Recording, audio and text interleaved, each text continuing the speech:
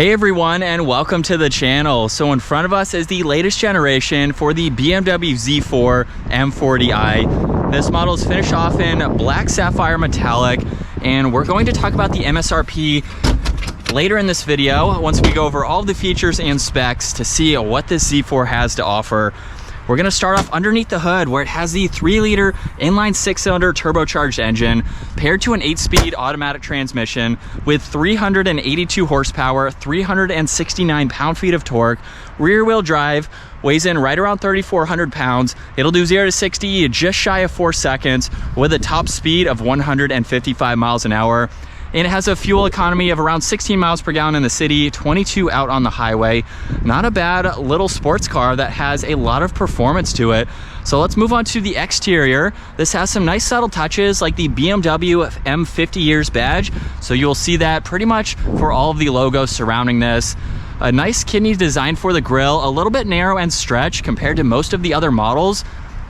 There's also parking sensors, plenty of cutouts in the lower section too. There's LED headlights, DRLs, and turn signals, and nice subtle lines that come down the hood on each side. So it flows together very nicely. I love all the contoured lines in that lower section. Now this has a set of 19-inch wheels. They're finished off in gloss black with the M Performance brake calipers finished off in red. This is pretty much a blacked out model. Even the top is black, which we'll put up later. You can get a sneak peek at that interior too. I really like, I forgot to mention, look at the contoured lines in this trim piece just behind that front tire. Very nice to see that.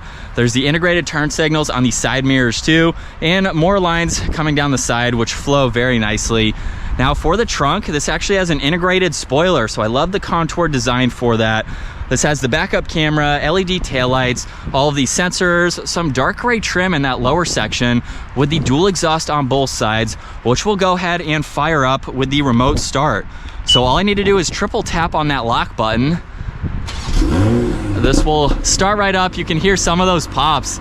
You'll hear even more of those once we get this out on the road. If I triple tap on that button again, it will shut off if you need to do that.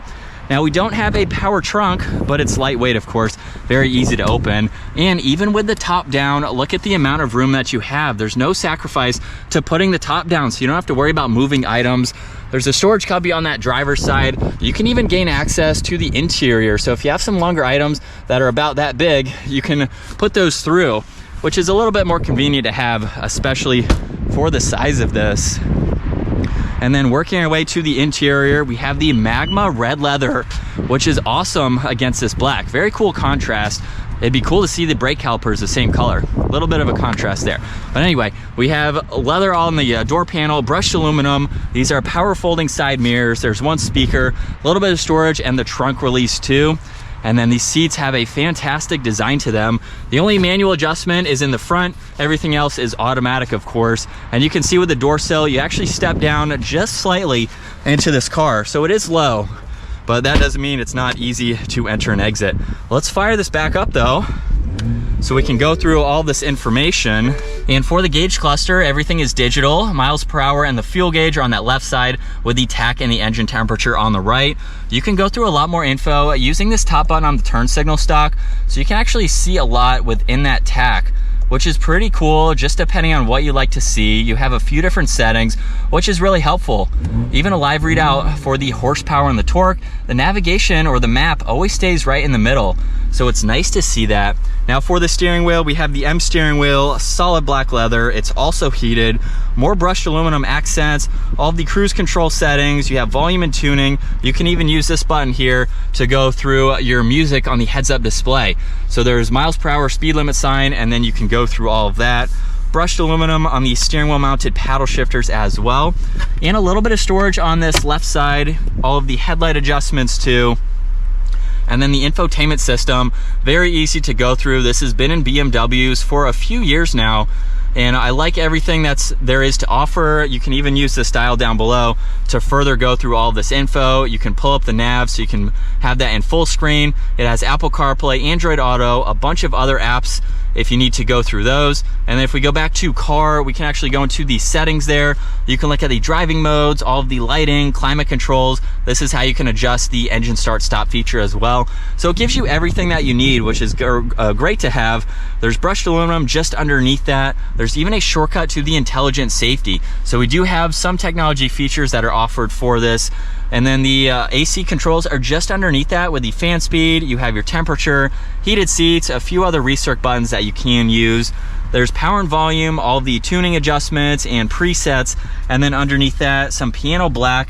If I open this up, actually a decent amount of space with a 12 volt and a USB, so you can charge some electronics.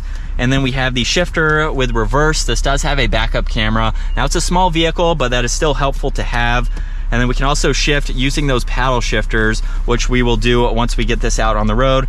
Park is on the back side. There's traction control along with the parking sensors, the engine start stop feature, and there's also some different driving modes. So this has sport mode. With it in Sport Plus, listen to these pops.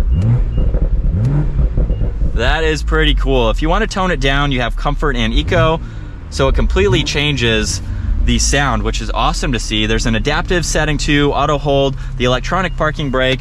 There's a little bit of storage in the middle, but this also houses your cup holders and a USB-C, so it's nice to have those out of the way from all the controls right in the middle. There's even some storage space in the glove box, so you can put all of your items there. We have a little bit of storage behind the seats. You can place your jacket or some other items, whatever you may have. And like I mentioned earlier, you can gain access to the trunk through that area. There's also this wind deflector, so when you have the top down, you can put that up. And then this top is very quick to use. Just by pulling that up, you'll see it go up in, I'd say, 15 seconds, right around there. Very quick system. The windows will also go up once the top is secured. And then of course you can do that in the reverse direction. With the top up, visibility really isn't all that bad on either side. A little bit here, but you have your side mirror, of course. Let's get this out on the road. And so we'll give it mild acceleration as we're coming up to this turn here. It's such a fast vehicle. I remember when the Supra came out, the power figures were definitely undermined for the car. It made a lot more power than what was advertised. I would assume it's the same for the Z4, same engine, same transmission power plant and everything. And they are quick.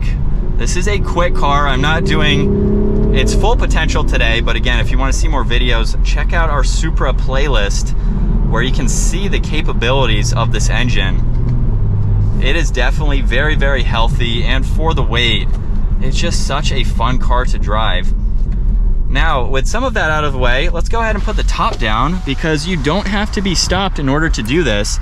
You do probably have to be maybe under 15, 20 miles an hour or so. And so, with it ready, here we go.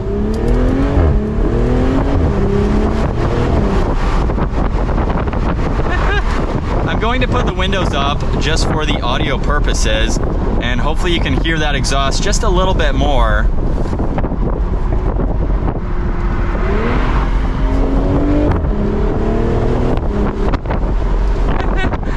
It definitely sounds really good in Sport Plus there.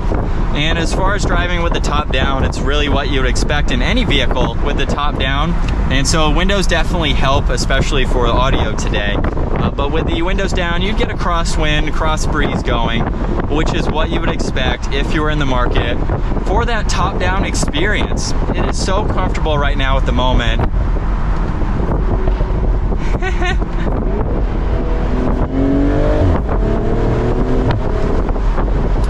Mild acceleration, we get the pops. Definitely a fun car. I really do enjoy driving convertibles. So if it's your thing, it's a nice convertible to drive. It would be cool to see a hardtop for the Z4, but the soft top looks nice, especially on this car with everything being black. Turning radius is also pretty tight, as you would expect. Steering feels pretty tight too. So that's definitely something that you would want while you're taking this on some twisty roads and whatever you may be doing with the Z4. Very nice interior, like I mentioned earlier. It's a nice car for the money. I think it's a good bargain to get into a sports car that has what the Z4 has to offer. But I think that is going to wrap it up for this BMW Z4 M40i. Once again, a huge shout out to Hendrick BMW Northlake. Check out their website. Give this video a huge thumbs up if you enjoyed it, and smash that subscribe button so you don't miss out on our daily uploads. And I will see you all in the next video.